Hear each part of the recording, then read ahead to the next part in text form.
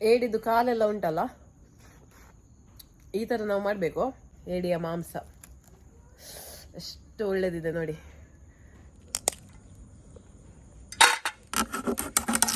ನೋಡಿ, ನಾನು ಇದನ್ನು ಈ ಥರ 2 ಪೀಸ್ ಮಾಡಿದ್ದೇನೆ.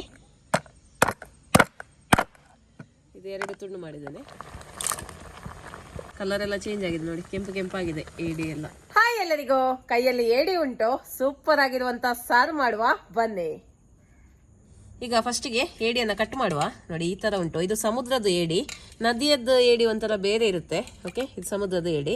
ಮೊದಲಿಗೆ ಇದನ್ನ ಕಟ್ ಮಾಡಬೇಕು. ನೋಡಿ, ಕಾಲನ್ನ ಇದದ್ದು.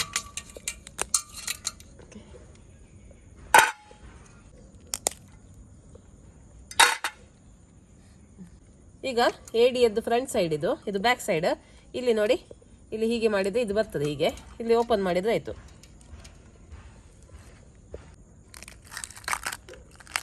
ನೋಡಿ, ಈ ತರ ಇರುತ್ತೆ ಓಪನ್ ಮಾಡಿದ್ರೆ.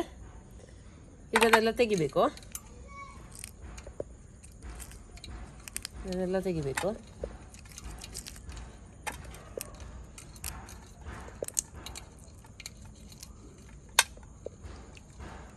ಒಮ್ಮೊಮ್ಮೆ ಮೊಟ್ಟೆ ಇರ್ತದೆ, ಮೊಟ್ಟೆ ಕೇಸರಿ ಕಲರ್ದು ಮೊಟ್ಟೆ ಇರ್ತದೆ ಆಯ್ತಾ. ಮೊಟ್ಟೆ ಇದ್ರೆ ಇದನ್ನೆಲ್ಲ ಕ್ಲೀನ್ ಮಾಡುವ.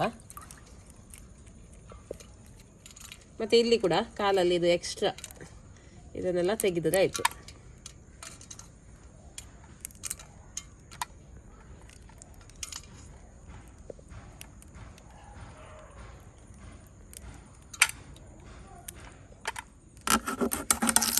ನೋಡಿ, ನಾನು ಇದನ್ನು ಈ ಥರ 2 ಪೀಸ್ ಮಾಡಿದ್ದೇನೆ.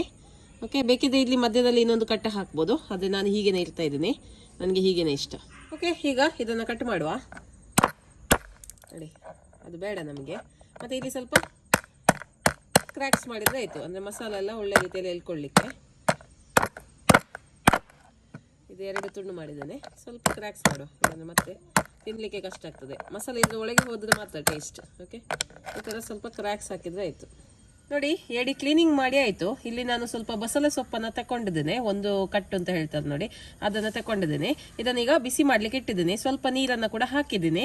ನಿಮ್ಮ ಹತ್ರ ಟೊಮೆಟೊ ಇದ್ದರೆ ಒಂದು ಟೊಮೆಟೊನ ಇದಕ್ಕೆ ಹಾಕಿಕೊಳ್ಳಿ ಆಯಿತಾ. ನನ್ನ ಹತ್ರ ಇವತ್ತು ಟೊಮೆಟೊ ಇಲ್ಲ, ಹಾಗಾಗಿ ನಾನು ಹಾಕ್ತಾ ಇಲ್ಲ. ನಾನು ಹುಳಿ ಸ್ವಲ್ಪ ಜಾಸ್ತಿ ಹಾಕ್ತೇನೆ ಮಸಾಲೆಗೆ ಅಷ್ಟೇ. ಓಕೆ, ಇದು ಒಳ್ಳೆ ರೀತಿಯಲ್ಲಿ ಬೇಯಲಿ. ಮೊದಲಿಗೆ ಇದು ಬೇಯಲಿ, ತುಂಬ ಹೊತ್ತು ತಗೊಳುತ್ತೆ. ನಿಮಗೆ ಈ ಥರ ಬೇಯಿಸಲಿಕ್ಕೆ ಮನಸ್ಸಿಲ್ಲ ಅಂದರೆ ಕುಕ್ಕರಲ್ಲಿ ಹಾಕಿ ಬೇಯಿಸ್ಬೋದು, ಬೇಗ ಆಗುತ್ತೆ. ಕುಕ್ಕರಲ್ಲಿ 1 ಅಥವಾ 2 ವಿಸಿಲ್ ತೆಗೆದ್ರೆ ಬೇಗ ಆಗುತ್ತೆ ಇದು. ಓಕೆ, ಇದು ಒಳ್ಳೆ ರೀತಿಯಲ್ಲಿ ಬೇಯಲಿ. ಮಸಾಲೆಗೆ ಇಲ್ಲಿ ನಾನು 6 ಗಿಡ್ಡ ಮೆಣಸು, 6 ಬ್ಯಾಡಿಗೆ ಮೆಣಸನ್ನು ತಗೊಂಡಿದ್ದೀನಿ. ಈ ಮಸಾಲೆನೆಲ್ಲ ನಾನು ತೆಂಗಿನ ಎಣ್ಣೆಯಲ್ಲಿ ರೋಸ್ಟ್ ಮಾಡಿದ್ದೀನಿ. 1 ತುಂಡು ಹುಳಿಯನ್ನು ತಗೊಂಡಿದ್ದೀನಿ, 1 ಚಿಕ್ಕ ಈರುಳ್ಳಿ, 4 ಚಮಚದಷ್ಟು ಕೊತ್ತಂಬರಿ ಬೀಜ, 1 ಚಮಚದಷ್ಟು ಜೀರಿಗೆ, 1/4 ಚಮಚದಷ್ಟು ಪೆಪ್ಪರ್, 1/4 ಚಮಚದಷ್ಟು ಅರಿಶಿಣದ ಪುಡಿ, 8 ಎಸಳು ಬೆಳ್ಳುಳ್ಳಿ, ಚಿಟಿಕೆಯಷ್ಟು ಸಾಸಿವೆ, ಹಾಗೆ 1 ಇಡೀ ಕಾಯಿ ತುರಿಯನ್ನು ಹಾಕಿ ನೈಸಾಗಿ ರುಬ್ಬಿ ತರ್ತೇನೆ. ಆದಷ್ಟು ನೀವು ಇದನ್ನ ನೈಸಾಗಿ ರುಬ್ಬಿಕೊಳ್ಳಿ, ಅವಾಗ ಮಾತ್ರ ನಿಮಗೆ ಟೇಸ್ಟಿಯಾಗಿ ಬರುತ್ತೆ ಸಾರು. ನೋಡಿ, ನಾನು ಗ್ರೈಂಡರ್ಗೆ ಹಾಕ್ತಾ ಇದ್ದೇನೆ. ಕಾಯಿ ತುರಿ ಮತ್ತೆ ಹಾಕ್ತೇನೆ. ಫಸ್ಟಿಗೆ ಇದನ್ನ ಗ್ರೈಂಡ್ ಮಾಡುವ, ಮತ್ತೆ ಕಾಯಿ ತುರಿ ಹಾಕ್ತೇನೆ ಸ್ವಲ್ಪ ಗ್ರೈಂಡ್ ಆದ ನಂತರ.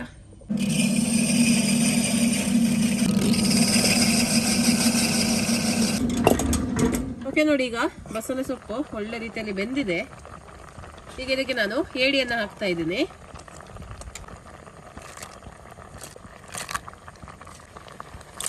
ಸ್ವಲ್ಪ ಕಲ್ಲುಪ್ಪು, ಜಾಸ್ತಿ ಬೇಡ, ಮತ್ತೆ ನೋಡ್ಕೊಂಡು ಹಾಕ್ಬೋದು. ಏಡಿ ಚೆನ್ನಾಗಿ ಬೇಯಲಿ, ಸುಮಾರು 7 ರಿಂದ 8 ನಿಮಿಷ ಇದು ಬೇಯಲಿ ಆಯ್ತಾ. ಮುಚ್ಚಳವನ್ನು ಮುಚ್ಚುವ. ಸುಮಾರು 8 ನಿಮಿಷ ಆಯಿತು. ನೋಡಿ, ಏಡಿ ಕೂಡ ಬೆಂದಿದೆ, ಕಲರ್ ಎಲ್ಲ ಚೇಂಜ್ ಆಗಿದೆ ನೋಡಿ, ಕೆಂಪು ಕೆಂಪಾಗಿದೆ ಏಡಿ ಎಲ್ಲ. ಓಕೆ, ಈಗ ಮಸಾಲನ್ನು ಹಾಕುವ.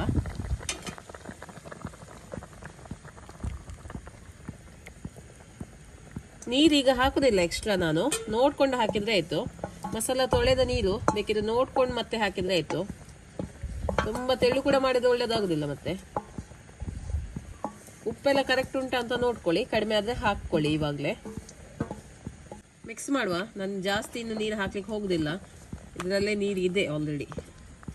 ಮತ್ತೆ ತುಂಬ ತೆಳುವಾದರೆ ಕೂಡ ಅದು ಟೇಸ್ಟ್ ಅಷ್ಟು ಚೆನ್ನಾಗಿರಲ್ಲ. ಓಕೆ, ಒಳ್ಳೆ ಒಂದು ಕುದಿ ಬರಲಿ. ನೋಡಿ, ಒಳ್ಳೆ ಕುದಿ ಬರ್ತಾ ಉಂಟು. ಇದಾಗಿದೆ. ಇಷ್ಟಾದ್ರೆ ಸಾಕು. ಈಗ ಫ್ಲೇಮನ್ನು ಆಫ್ ಮಾಡಿ ಇದನ್ನ ಸರ್ವ್ ಮಾಡುವ. ಸ್ವಲ್ಪ ಹೊತ್ತು ಬಿಟ್ಟು ಮತ್ತೆ ಸರ್ವ್ ಮಾಡಿದ್ರೆ ಆಯ್ತು, ಕೂಡಲೇ ಸರ್ವ್ ಮಾಡಬೇಡಿ. ಮಸಾಲೆ ಎಲ್ಲ ಚೆನ್ನಾಗಿ ಹೇಳ್ಕೊಳ್ಳಿ, ಮತ್ತೆ ಇದನ್ನ ಸರ್ವ್ ಮಾಡಿದ್ರೆ ಆಯ್ತು. ಓಕೆ, ಸಾರು ರೆಡಿ ಉಂಟು, ರೈಸ್ ರೆಡಿ ಉಂಟು. ಟೇಸ್ಟ್ ಮಾಡುವ ಸಮಯ. ಆಹಾಹಾ, ಈ ಸಾರು ತುಂಬಾ ರುಚಿಯಾಗಿರುತ್ತೆ. ಆ ಏಡಿದ್ದು ಫ್ಲೇವರ್ ಎಲ್ಲ ಇದ್ರೊಟ್ಟಿಗೆ ಮಿಕ್ಸ್ ಆಗಿ ಆಹಾಹಾ ತುಂಬಾ ರುಚಿಯಾಗಿರುತ್ತೆ. ಕಾಂಬಿನೇಷನ್ ಅಂತೂ ಸೂಪರ್. ಬಸಳೆ ಏನಿದೆ ಇದು ಬಾಡಿಗೆ ಸ್ವಲ್ಪ ತಂಪು, ಏಡಿ ಹೀಟ್ ಆಗುತ್ತೆ. ಹಾಗೆ ಇದನ್ನ ಎರಡನ್ನ ಕಾಂಬಿನೇಷನ್ ಮಾಡಿ ಅಡಿಗೆಯನ್ನ ಮಾಡಿದ್ರೆ ಸೂಪರ್ ಆಗಿರುತ್ತೆ. ಓಕೆ, ಟೇಸ್ಟ್ ಮಾಡುವ.